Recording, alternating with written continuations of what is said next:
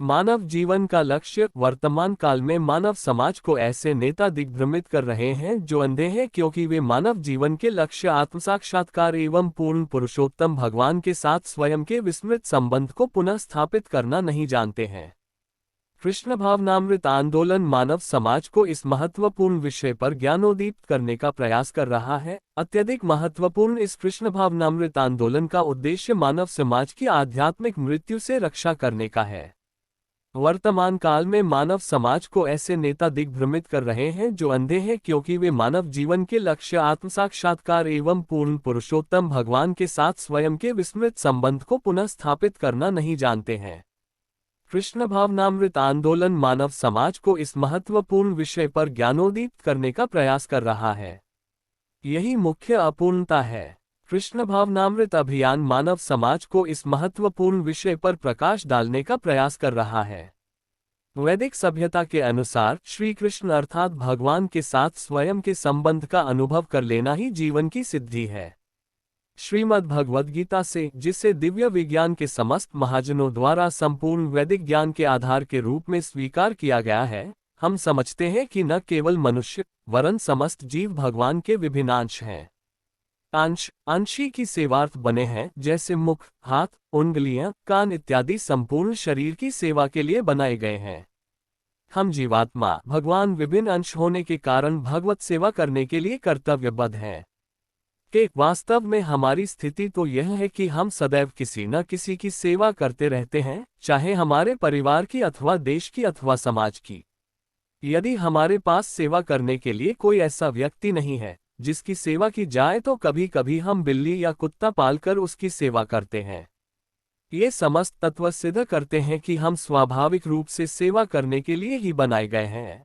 तथापि अपने सामर्थ्य के अनुसार सर्वोत्तम सेवा करने पर भी हम संतुष्ट नहीं हैं। न ही वह व्यक्ति संतुष्ट है जिसकी हम इतनी सेवा कर रहे हैं। भौतिक स्तर पर प्रत्येक व्यक्ति निराशा से परिपूर्ण है। इस निराशा का कारण यही है कि सेवा उचित ढंग से निर्देशित नहीं की जा रही है। उदाहरण के लिए, यदि हम एक वृक्ष की सेवा करना चाहते हैं तो अवश्य ही हमें उसकी जड़ में जल देना होगा। यदि हम पत्तियों, शाखाओं आदि पर जल डालें तो कोई लाभ नहीं होगा। यदि पूर्ण पुरुषोत्तम भगवान की सेवा की जाए तो अन्य सभी अंश स्वतः संतुष्ट हो जाएंगे। फलस्वरूप पूर्ण पुरुषोत्तम भगवान की सेवा करने से समस्त कल्याणकारी कार्य तथा समाज, परिवार एवं देश की सेवा अपने आप ही हो जाती है। प्रत्येक मानव का कर्तव्य है कि वह भगवान के साथ अपनी वास्तविक स्थिति को समझे और फिर उस संबंध के अनुसार कार्य करे। यदि ऐसा संभव हो जाए तो हमारा जीवन सफल हो जाता है। किंतु कभी कभी हम चुनौती देते हुए कहते हैं कि भगवान है ही नहीं, अथवा मैं भगवान हूँ, या यहाँ तक कि मैं भगवान की परवाह नहीं करता, परंतु ये चुनौतीपूर्ण भाव वास्तव में हमारी रक्षा नहीं कर पाएगा। भगवान है और प्रत्येक क्षण हम उनको देख सकते हैं। यदि हम अपने जीवन में भगवान को देखना अस्वीकार कर दे तो वे हमारे सामने क्रूर मृत्यु के रूप में उपस्थित होंगे। हम उनको यदि एक रूप में नहीं देखना चाहते तो हम उनको दूसरे रूप में देखेंगे। पूर्ण पुरुषोत्तम भगवान के विविध रूप हैं, क्योंकि वे समस्त सृष्टि के आदि कारण हैं। एक दृष्टि से उनसे दूर भाग पाना हमारे लिए संभव ही नहीं है। ये कृष्ण भावनामृत आंदोलन न तो अंध धार्मिक उन्माद है और न ही कुछ आधुनिक व्यक्तियों का विद्रोह, अपितु परम भोक्ता अद्वय पूर्ण पुरुषोत्तम भगवान से संबंधित हमारी शाश्वत आवश्यकता की पूर्ति करने का एक प्रामाणिक एवं वैज्ञानिक मार्ग है। कृष्ण भावनामृत अर्थात कृष्ण भक्ति का अर्थ है भगवान के साथ अपना नित्य संबंध स्थापित करना तथा उनके प्रति अपने कर्तव्य का पालन करना। इस प्रकार कृष्ण भावनामृत हमें वर्तमान मनुष्य जीवन की सर्वोच्च सिद्धि को प्राप्त कर लेने में समर्थ बनाता है। हमें सदैव स्मरण रखना चाहिए कि आत्मा के द्वारा लाखों वर्ष तक देहांतरण के चक्र में घूमने के पश्चात यह विशेष मानव शरीर हमें प्राप्त हुआ है। पशु जैसे निम्न जीवन की तुलना में इस विशेष जीवन में आर्थिक प्रश्न सहजता से हल हो जाते हैं। सुअर, कुत्ते, ऊंट और गधों इत्यादि की आर्थिक आवश्यकताएं भी उतनी ही महत्वपूर्ण है जितनी कि हमारी। परंतु जहां इन पशुओं तथा अन्य प्राणियों के आर्थिक प्रश्न प्राचीन अवस्थाओं में ही हल हो जाते हैं, वहीं दूसरी ओर प्रकृति के नियमों के द्वारा मनुष्य को एक सुविधाजनक जीवन व्यतीत करने की सभी सुविधाएं दी जाती हैं। शुक अथवा अन्य पशुओं की तुलना में मनुष्य को जीवन व्यतीत करने का श्रेष्ठ अवसर क्यों दिया जाता है?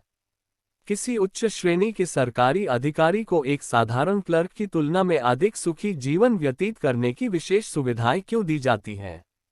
इसका उत्तर अत्यंत सरल है। उस महत्वपूर्ण अधिकारी को एक सामान्य क्लर्क लिपिक की तुलना में अधिक दायित्व वाले कर्तव्यों का पालन करना पड़ता है।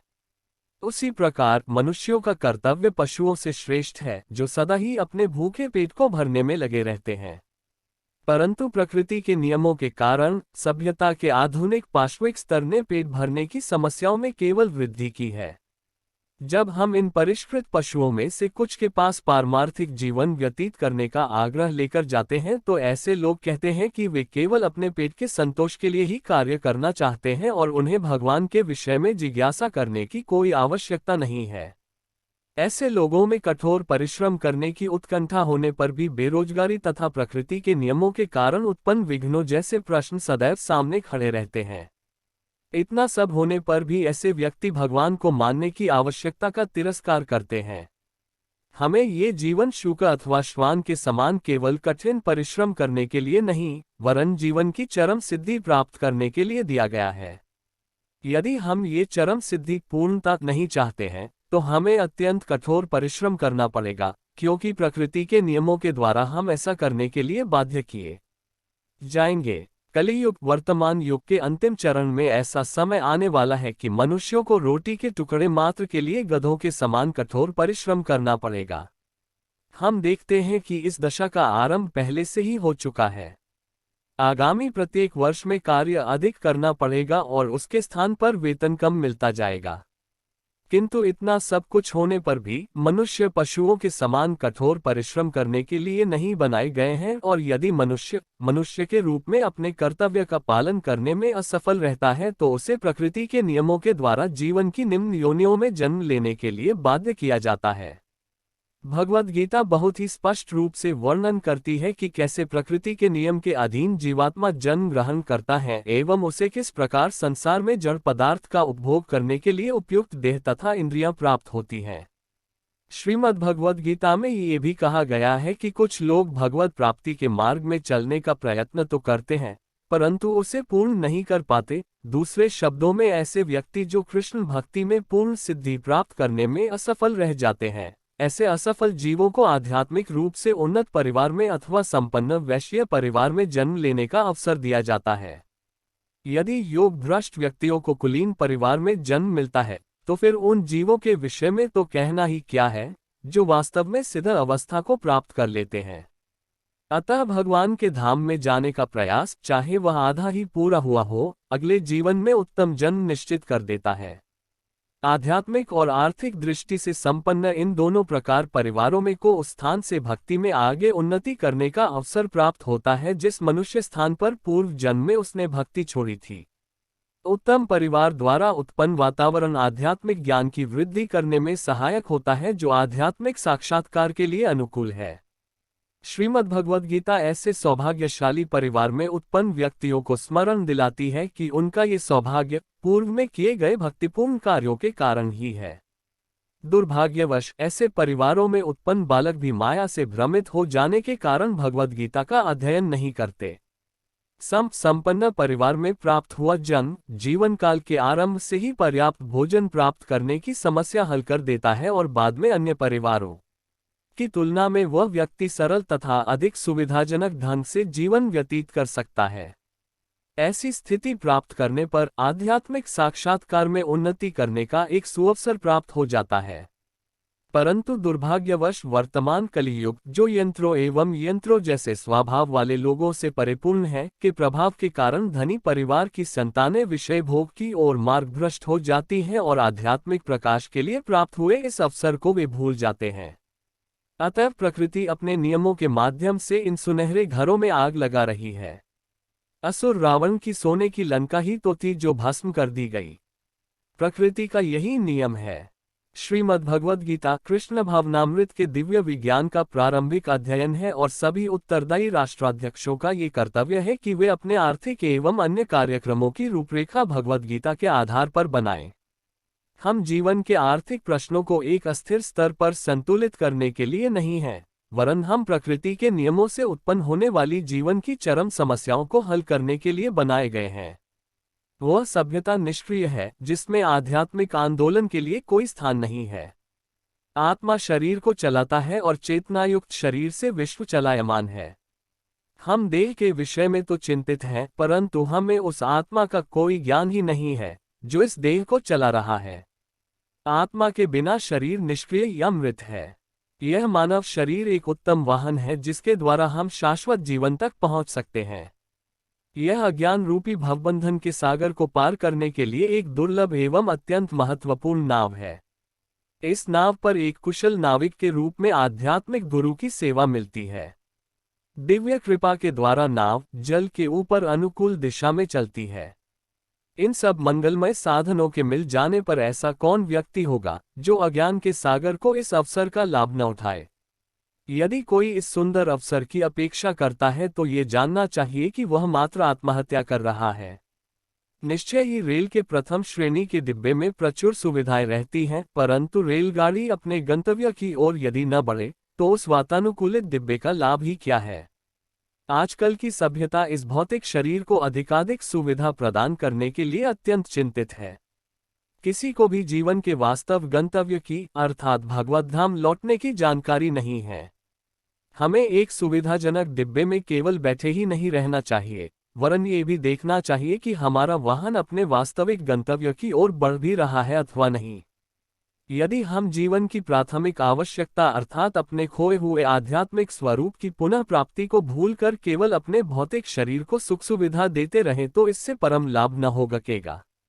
मानव जीवन रूपी नाव की रचना ही इस प्रकार हुई है कि इसे परमार्थिक गंतव्य की ओर अवश्य बढ़ाना चाहिए। दुर्भाग्य से यह शरीर भौतिक चेतना की 5 प्रबल श्रृंखलाओं से बंधा हुआ है। एक, आध्यात्मिक तथ्यों की अज्ञानता के कारण इस भौतिक देह के प्रति आसक्ति रखना। 2, शरीर का संबंध होने के कारण स्वजनों में आसक्ति रखना। 3, जन्मभूमि तथा घर की वस्तुएं, भूमि, संपत्ति, व्यापारिक कागजात इत्यादि जैसी भौतिक संपत्ति के प्रति आसक्ति रखना। 4, भौतिक विज्ञान के प्रति आसक्ति रखना जो सदा ही आध्यात्मिक प्रकाश के अभाव के कारण रहस्यमय बना रहता है। और 5, पूर्ण पुरुषोत्तम भगवान तथा उनके भक्तों को जाने बिना ही धार्मिक रीतियों एवं अनुष्ठानों में आसक्ति रखना, ये जाने बिना कि भगवान एवं उनके भक्तों की उपस्थिति के कारण ही ये सब पवित्र होते हैं। भगवद गीता के 15वें अध्याय में मानव शरीर रूपी नाव को बांधे रखने वाली इन आसक्तियों की विस्तार से व्याख्या की गई है। वहां इन आसक्ति रूपी श्रृंखलाओं की तुलना गहरी जड़ों वाले एक वट के वृक्ष से की गई है जो अपनी दृढ़ स्थिति को भूमि के साथ नित्य ही बढ़ाता जाता है। ऐसे बलवान वट वृक्ष को उखाड़ फेंकना अत्यधिक कठिन है, परंतु भगवान इसके लिए निम्नलिखित विधि की संस्तुति करते हैं।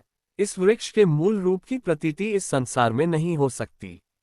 इसके आदि अंत अथवा आधार को भी कोई नहीं जान सकता, परंतु इस वृक्ष को दृढ़ निश्चय के साथ वैराग्य रूपी शस्त्र के द्वारा काटकर फिर उस स्थान को खोजना चाहिए जिसे प्राप्त होकर संसार में पुनः नहीं आना पड़ता।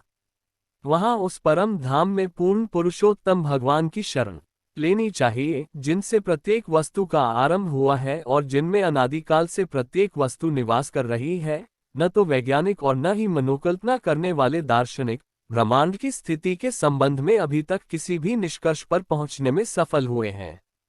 उन्होंने अब तक इस संबंध में केवल विभिन्न सिद्धांतों की स्थापना ही की है।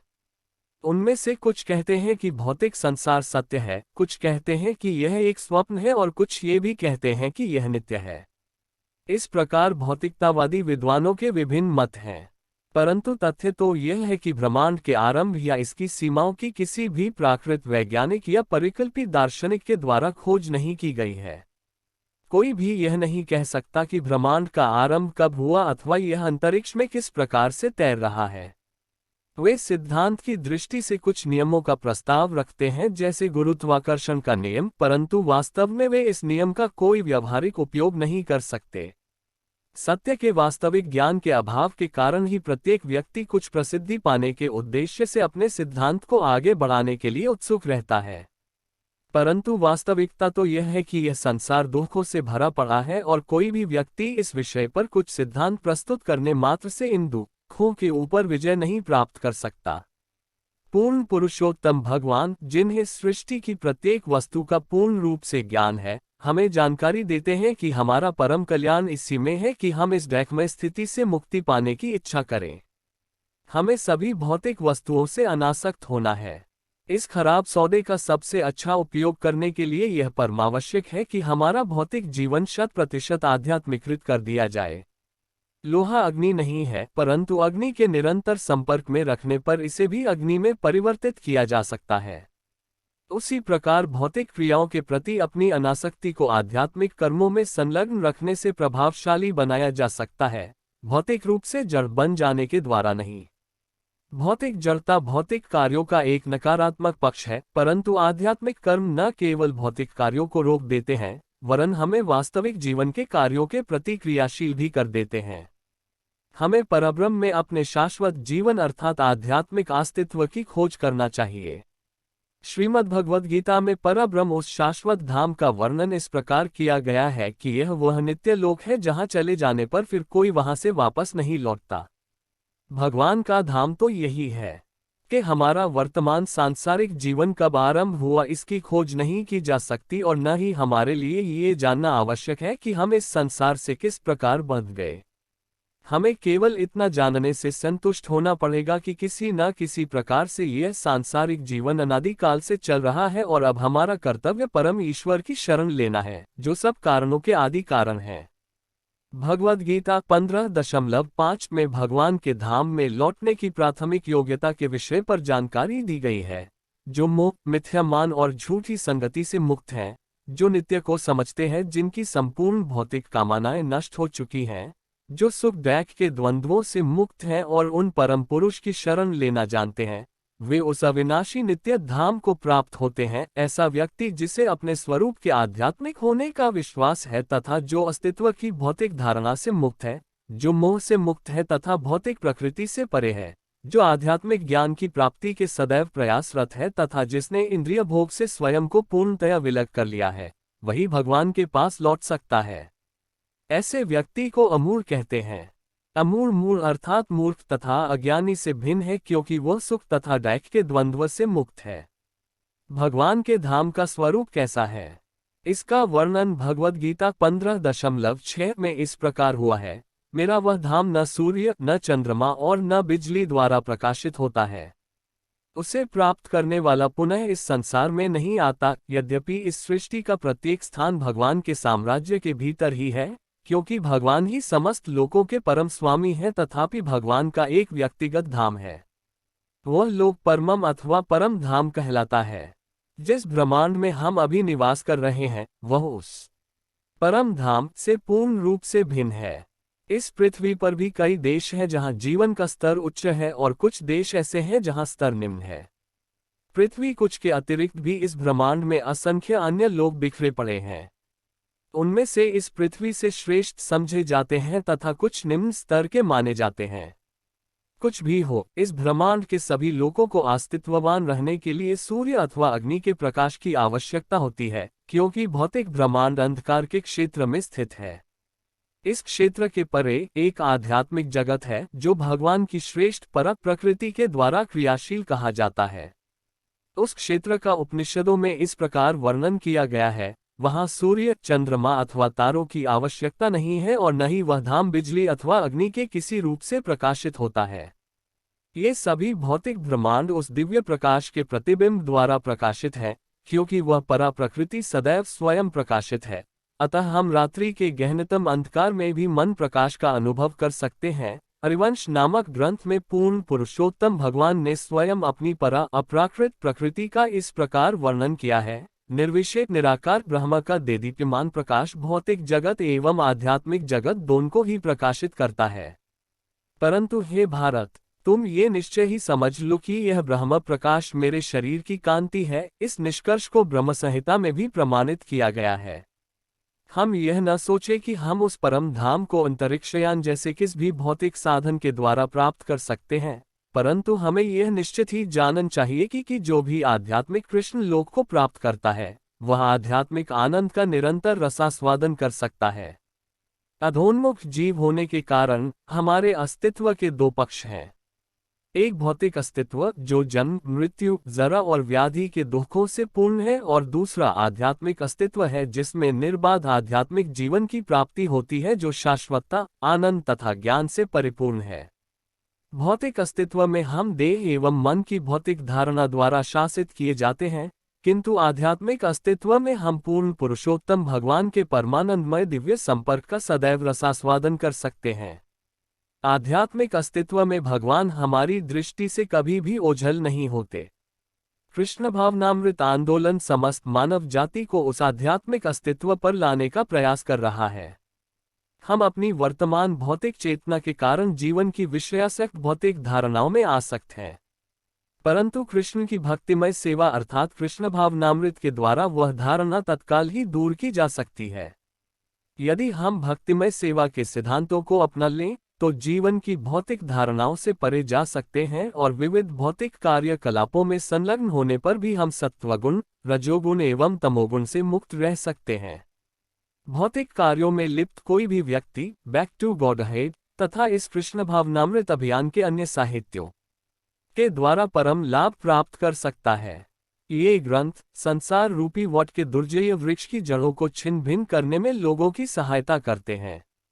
ये प्रामाणिक साहित्य हमें जीवन की भौतिक धारणा से संबंधित प्रत्येक वस्तु का त्याग एवं पग पग पर आध्यात्मिक रसामृत का आस्वादन करने का प्रशिक्षण देते हैं। यह अवस्था केवल भक्तिमय सेवा से प्राप्त की जा सकती है और अन्य किसी भी साधन से नहीं। ऐसी सेवा के द्वारा इस वर्तमान जीवन में ही तत्काल मुक्ति प्राप्त की जा सकती है। अधिकांश आध्यात्मिक प्रयासों में भी भौतिकतावाद का पुट लगा रहता है, परंतु विशुद्ध भक्तिमय सेवा भौतिक कलुष से परे है। जिनको भगवान के पास लौटने से की कामना है उनके लिए केवल इतना आवश्यक ही है कि वे इस कृष्ण भावनामृत आंदोलन के सिद्धांतों का पालन करें तथा अपनी चेतना को पूर्ण पुरुषोत्तम भगवान श्री कृष्ण के चरणारविंद पर केंद्रित करें।